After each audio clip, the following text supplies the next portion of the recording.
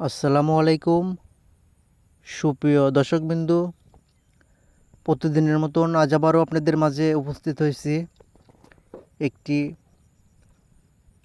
100 kilometre bike plan. তো আমার সামনেই দেখতে পারতেছেন আমাদের মেন গ্যাস ডোমের কাজ প্রায় শেষের দিকে, শুধু উপর দিয়ে রড বাইন্ডিং করে ঢালাই দিতে হবে। আর এই পাশে দেখতে পারতেছি আমরা হাইড্রোলিক চেম্বার।